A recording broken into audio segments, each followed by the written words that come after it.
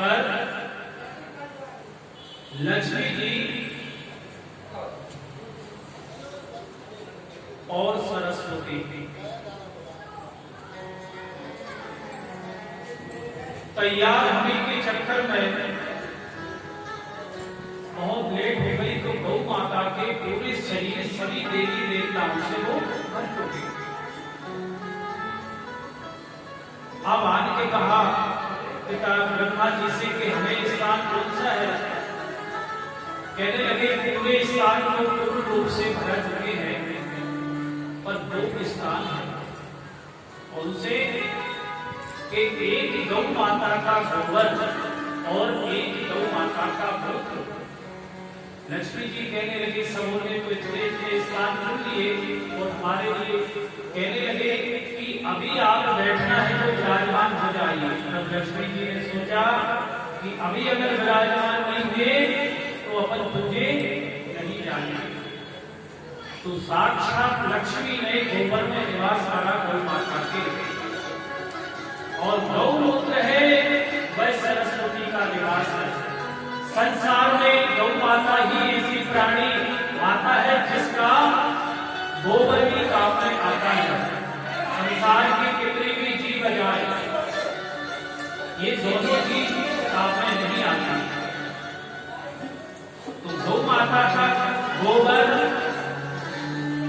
और गौमूत्र, घी, दूध, दही ये मिला के बनता है पंचगव्य, जिसे अपन यज्ञ अनुष्ठान में बैठने से पहले मुंडन संस्कार करवा के ब्राह्मण लोग पान कराते हैं। ये जब चीजें नहीं रहेंगी तो शरीर की शुद्धिकरण नहीं होगी। गौ माता होगी तब पंचगव्य बनेगा, जब पंचगव्य बनेगा जब अपनी आत्मा शुद्धि होगी, जब आत्मा शुद्धि होगी तब यज्ञ में बैठेंगे।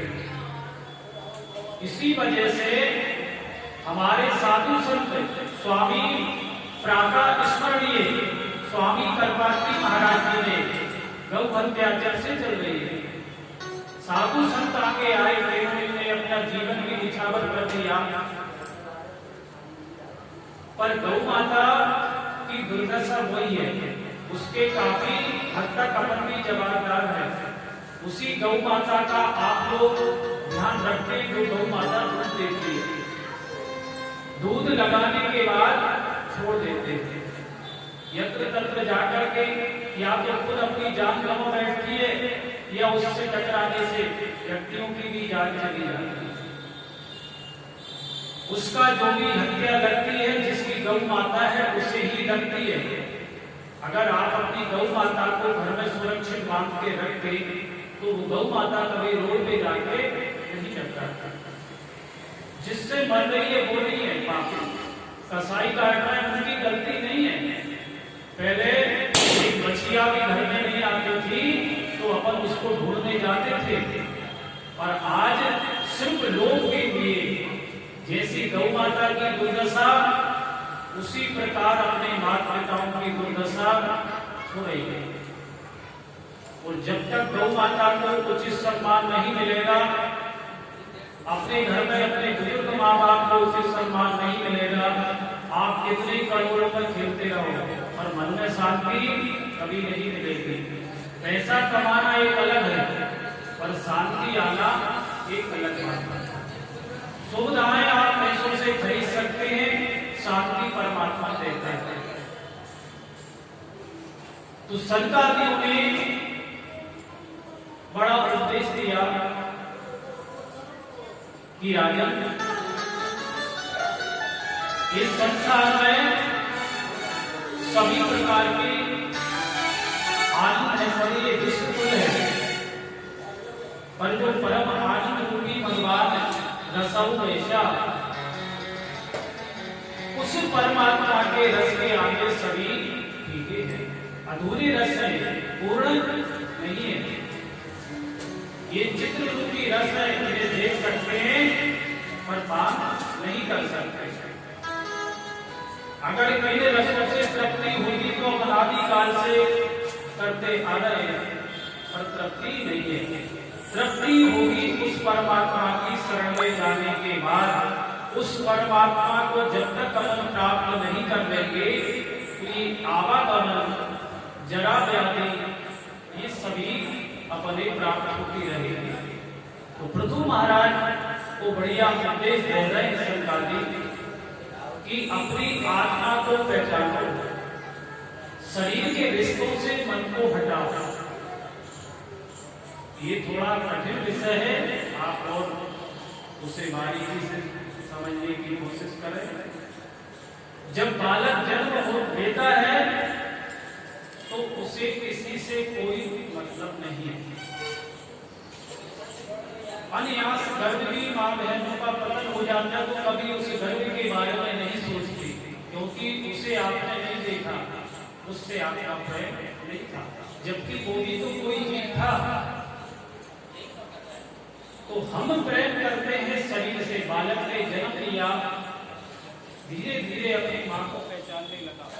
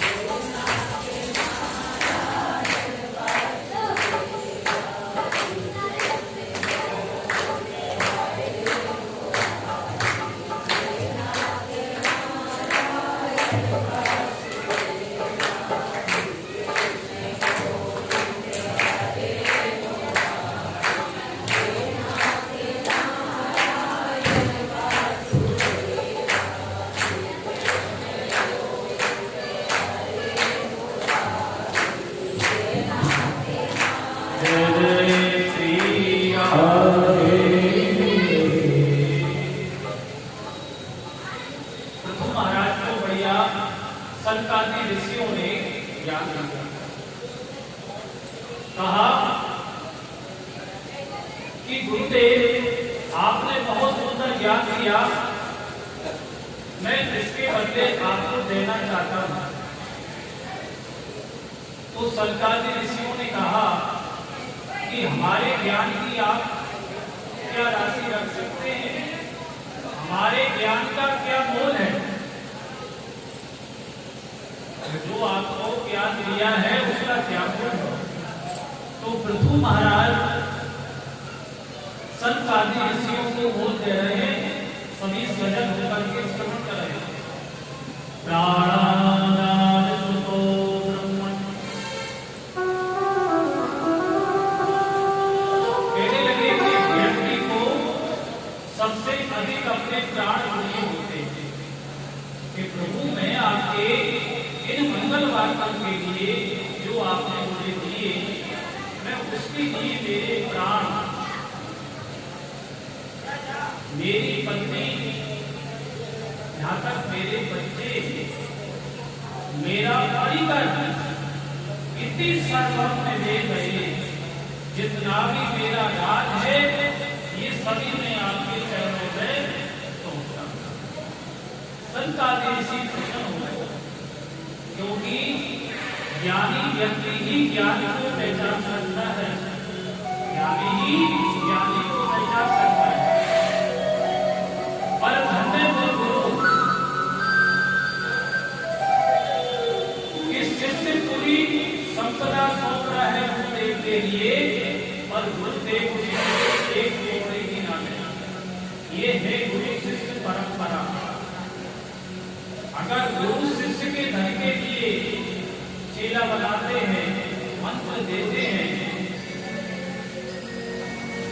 तो वह गुरु नहीं है, क्योंकि गुरु का मतलब है बड़ा, शिष्य का मतलब है छोटा। गलियन गलियन गुरु धने हमसे दीक्षा ले, स्वर्ग जाओ जाओ, नरक जाओ, धोती कपड़ा दो। तो शिष्य भी कहने लगे गुरुओं से, बड़ो अच्छो भयो गुरु चल बसो, केवल पड़ गई है छठे महीने आप तो धोती कपड़ा ले। तो गुरु के लिए शिष्य का एक ऐसा भी ना नहीं, और शिष्य ऐसा देखो कि अपना पूरा संत प्रसन्न हो रहे, कहने लगे आज से संपदा हमारी।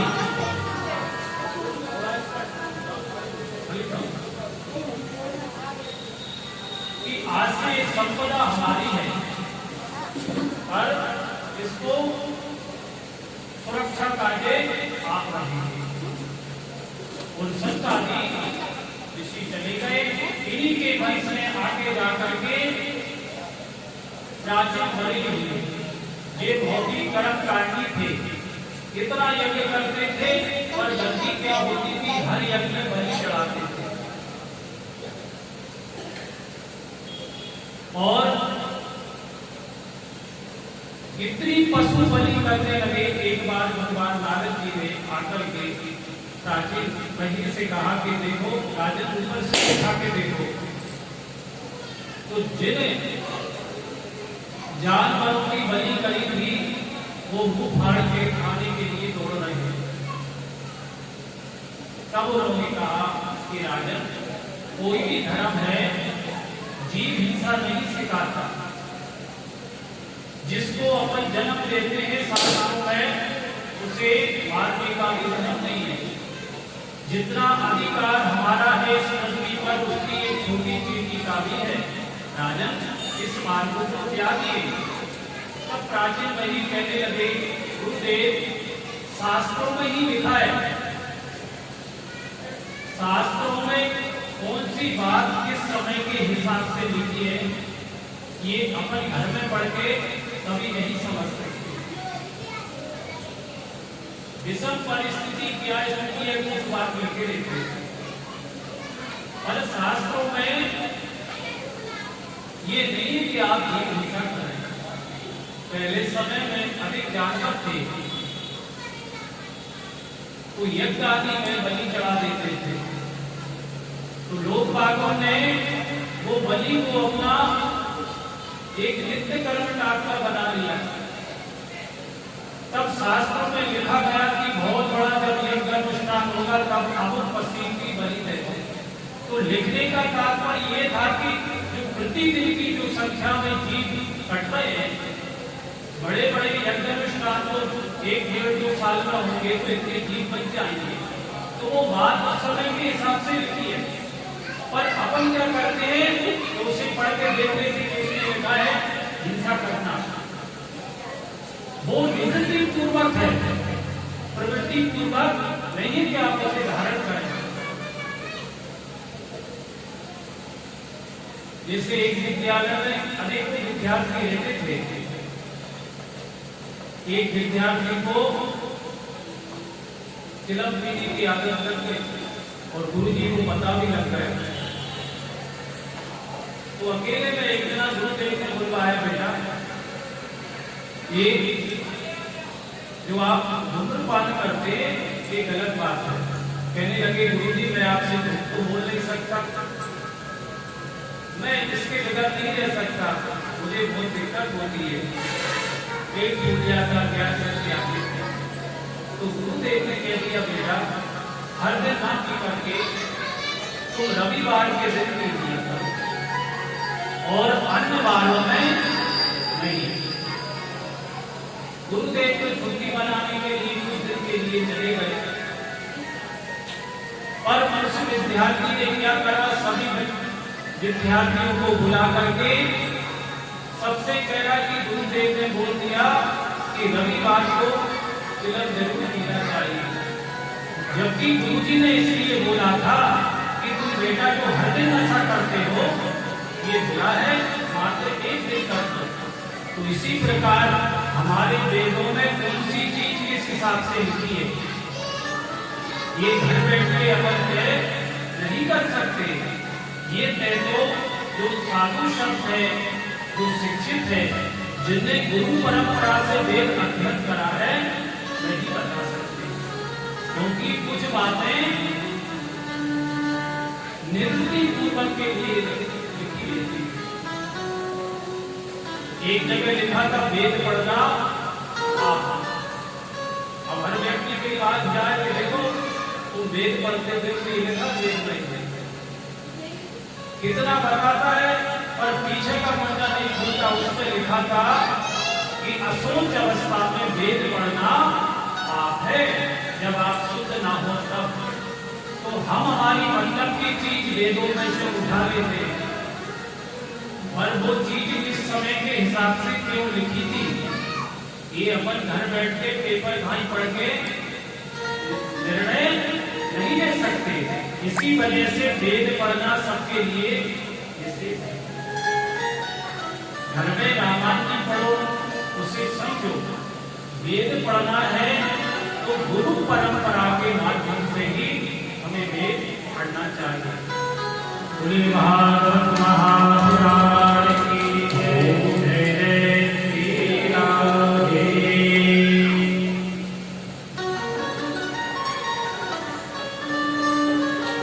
नारद जी ने समझाया और राजे बहिर समझ गए।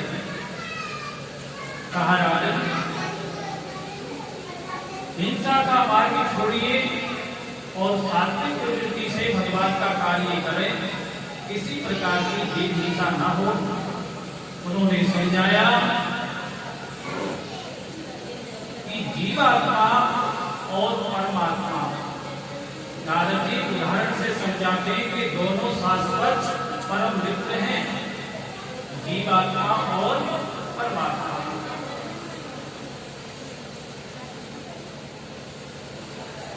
जीवात्मा परमात्मा जब दोनों के प्रभु घूमने के लिए जाना है, तो परमात्मा रूपी जीवात्मा से कहता है कि जाओ घूम के आइए। तो अपन जब घूमने के लिए निकलते हैं, जब अपना जन्म हो गया, जिस प्रकार से कोई कुंभ आदि के मेला लगते अपन भ्रमण के लिए जाते हैं, और अपने अपना घर का याद रहता है कि अपने घर के वापस जाना। तो जब तक उस परमात्मा के पास अपन नहीं पहुंचेंगे, तब तक अपन घूमते ही रहेंगे। जिस प्रकार से मेला हमेशा के लिए नहीं रहता, उसी प्रकार हमारा ये जीवन भी हमेशा के लिए नहीं है। अगर शांति चाहते हैं तो उस परमात्मा से जाके जब तक अपन नहीं जुड़ जाएंगे, तब तक एक आवागमन का जो चक्कर है वह चलता रहेगा। उन्होंने समझाया, उन्होंने भी इस रास्ते को त्याग करके जो सात्विक भगवान का भजन है वो भजन करा, और उन्हीं के वंश में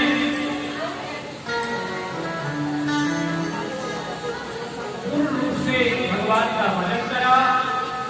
अब अपन आकृति, देव, बुद्धि, प्रकृति, इनका अपन ने चरित्र सुना, 3 बेटियों का। इसके बाद उत्तान पाठ। अब अपन प्रियव्रत जो दूसरे नंबर के बेटा है, प्रियव्रत ने सोचा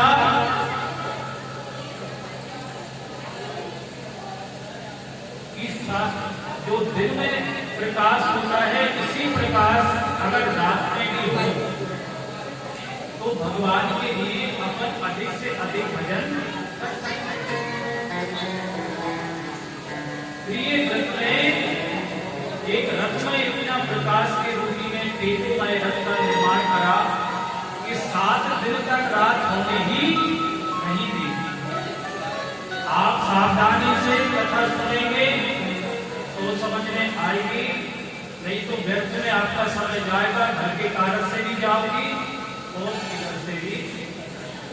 समय का सदुपयोग करें, शरीर से नहीं मन से भी रहना पड़ती है, काम को सजग रखना पड़ती है, क्योंकि ये राम कथा सरल देती है, कृष्ण कथा सांप के भाई देती है।